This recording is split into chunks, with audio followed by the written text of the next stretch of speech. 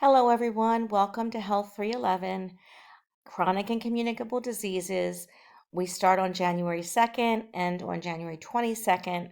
And I'm going to go over the syllabus briefly, but I'm not going to go over everything because you can read it on your own and then ask questions if you have any. So this is a totally online class. Therefore, I'm only available online. If you have to meet on campus, I can meet you on campus, but my availability on campus is very limited in January.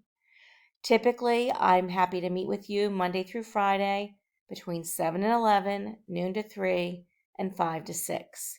If you need to set up an appointment, please reach out. If none of those times are appropriate for you to meet or good for you to meet, then please make some recommendations in the email to me. And I mean recommendations more than one, so that I can try to fit in a convenient time for both you and me. This is my office number. If you call my office and I'm not there, it converts to an email. And if you have an urgent issue, please feel free to text me at my phone number. But if you call me without me knowing you're calling, I'm not going to answer the phone because I don't recognize your number. An important piece to this class is that you can either purchase your textbook for a relatively inexpensive price from someplace like Amazon, but it's also available as an ebook in the Cook Library with unlimited access. So I will put that link in Blackboard so you have it in case that's what you want to do. You can read over the statements and the goals and the objectives.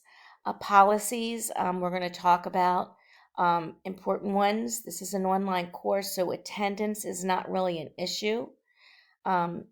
Your assignment due dates are pretty strict. This is a very fast-paced course. So if you have a discussion board, I will accept them up to 1 day late. That 1 day late, they're only worth 50% of the grade. Beyond 1 day, it's a 0. Online assignments are not accepted late due to the pace of the class. If you submit it late, I'll give you feedback, but not a grade. And your 2 lowest grades drop. So if you miss up to 2 assignments of online assignments, they drop and they don't count against you. If you don't miss any assignments, your 2 lowest online assignments still drop. Once a unit ends, the work for that unit's no longer relevant and is not accepted late at all. And the extra credit assignments that exist in this course are not accepted late. It's not wise to wait to the last minute to submit online work because lots of problems can occur. For example, you personally could lose internet access. Something could happen to your computer. Maybe you're not at a computer and you can't submit something. So the due date, DUE, is not the due date, DO. So feel free to do the assignments ahead of time within a unit and submit them before the exact minute that they're due. I do not recommend going beyond the unit because sometimes things are not relevant until we finish one unit and you have feedback. When there's issues with Blackboard at the university level, I do know, and things are adjusted accordingly. If you're having trouble with Blackboard, you should email me the assignment to timestamp it to show that it was finished. And then as soon as you can submit it in Blackboard, you do. And when you do that, you leave me a note that says, this is late, but I emailed it to you before it was due, so you could see it was done. I prefer that you submit your assignments like this so that you learn how to submit your paperwork so that it is chronologically set up. This is important that you use 2-digit numbers. The number 5 for May, your computer reads as 50. If you want your computer to read the number 5, it has to be 05. And this is important because the months of the year are not alphabetically ordered. So December comes after April, but it comes before all the other months. But if it's December and you put 12, 12 is always after 1 through 11. So that's why I ask you to use these 2-digit numbers when you're submitting. Always put your name in the document. Otherwise, it's like you're submitting a document on paper without a name on it, which is not really acceptable. These are the fonts that I like. Aptos is another one that's been recently added. I'm expecting you to use APA format for writing style. If you are in a major that does not use APA, then you need to inform me what you are using, and I will grade your reference list based on whatever style you're using. But if you don't tell me anything, I will be grading it using APA format. Assignments are all in there, participation, academic integrity issues. If you do breach academic integrity, you'll receive a 0 on that assignment, and you will be sent to a student affairs. AI is being used by students now, and if you want to use AI, it's important that you use it appropriately. If you're not sure if you're using it appropriately, you should compare it to if you would do it with a human. So if you ask yourself, is it appropriate for a human to write discussion board posts for you? The answer is no. And therefore, it's not appropriate for AI to write a discussion post for you. Is it okay to give an assignment to a friend and ask them to rewrite it for you? The answer is no. So it would be inappropriate to have AI rewrite an assignment for you. Is it okay for a friend to do your assignment for you? The answer is no. So it's not okay for AI to do that. Is it okay to ask a friend for a synonym? And the answer is yes. So you could ask AI for a synonym and that would be okay. And is it okay to ask your friend to help you with spelling and grammar? Yes, it would be.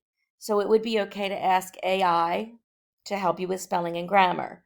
And so if it's okay for a person to help you do something, it's probably okay to ask AI to help you with it. But if the answer to the question is no, it would be wrong to ask a human to do this for me, then almost all the time it would be unwise to have AI do it for you because it would be an academic integrity issue. Comments on communication. I pick up my, I think it's in here somewhere. Yes, I pick up my email once a day, usually Monday through Friday. I usually pick it up in the morning. I rarely pick up email on the weekends. Even though this is a fast-paced course, I will not typically look at your work on the weekends or the email. So if you have something urgent that needs to be addressed before Monday morning, you would send me an email and then you would text me and ask me to check the email. And you get a relatively quick response if you text me. If you don't, it means it got lost somewhere in my phone. You can read all the policies on your own. Here are links to student services that are important. It's an online class, so class is going to occur and your due dates are going to occur no matter what. We might have to alter times if there's a severe storm and people lose electricity or servers are down, but pretty much you should base due dates are due when things are due. They're not going to change overall unless there's an urgent or an inclement weather issue. This explains the online assignments. There's 12. The 2 lowest grades go away. There's 3 tests. There's 3 units. Each unit has a test or tests worth 50 points. That's 150 points. There are quizzes in this course for you to use as study tools. They're open the entire unit. People who take the quizzes typically do better on the tests because the questions on the quizzes are very similar to the questions on the tests.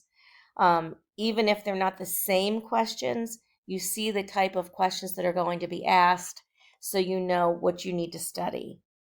And you'll be presenting your disease to the class via Blackboard. 50 points will come from me, 10 will come from your peers. And there's a total point for discussion board, 40 points. And that all adds up to 350 points. The grading requirements are here. Is where I've added Aptos. Most of you need a C or better, so it's important that you pay attention to all of this. Here's the scoring rubric, the grading scale. Here's the assignments in detail. And the one that I want to talk about is the disease project. You'll be turning in requests for disease project in the beginning of the semester. This says the paper, but I will not accept a written paper. It's the project. Will be 50 points from me, 10 points from your peers. No matter what your project is, and it may not be a written paper, you have to cover these areas. So each of these areas must be covered. Your reference list will be a separate document, and it's worth points also. So no matter what, these are the topics you have to cover. Every now and then you'll have a disease or a condition that doesn't fit something. And when that happens, then throughout the semester, there'll be notification from me to you that says your condition doesn't cover this area, so you don't need to worry about it. This is a few examples of things that you could do. An infographic. You could do a series of online pop-up ads. You could do a podcast. You could do a slide presentation. And this is the most difficult to do, even though you're thinking, oh, I'm going to do a slide presentation because I've done that before. For this assignment, it is more difficult to do because your assignment, not only are you going to cover a disease or condition, but whatever you create must be to a specific population. So if you do a slide presentation, for example, and you do it on sickle cell anemia, maybe it is to Black urban youth. So most people are used to just creating presentations for their peers. And if you do that, you'll lose significant points on the assignment. So your disease will be project will be something other than a written paper. And not only will you cover the disease, but you will also be creating this item for a population that we will identify throughout the semester. Some people have created social media pages, and there are other ways to do this. These are some ideas that people have done in the past. Short videos, cartoons, poetry, short stories. If you have an idea that's not on this list in a way that you want to present your project, just ask. More than likely it will be approved. And I expect you to be writing at a 300 level course. So proper English, spelling and grammar, APA, all of those things are expected. The next thing here is a list of what's happening in the course. It is really fast paced. All the due dates are here. You'll get your assignments usually back within a day or two because you need them. Everything is due at 11:59 except for 2 items, and they're identified. Your disease request project is due the first day of the class by 5 p.m. And that's so I can get you into groups because you'll be in discussion boards by group. Also, the faster you turn in your disease request form, the more likely you are to get one of your top choices. If we have 3 discussion boards, only 3 people can have the same disease or condition. So I can't have half of you doing the same thing. It will not work for the way the course is set up. So the disease request project is due here. And the other thing that's due early is your projects. When you post your projects, they must be posted by 9 p.m. because that night when you post them, I go through to make sure they're okay. And then the following day, people start scoring them. So that's the layout of the course. Also, I have this calendar at the end of the syllabus, but you can also use the calendar inside Blackboard. I look forward to working with you. I hope you enjoy the class. Most people do. If you have questions, make sure you ask as we go through the semester. Thanks and have a great day.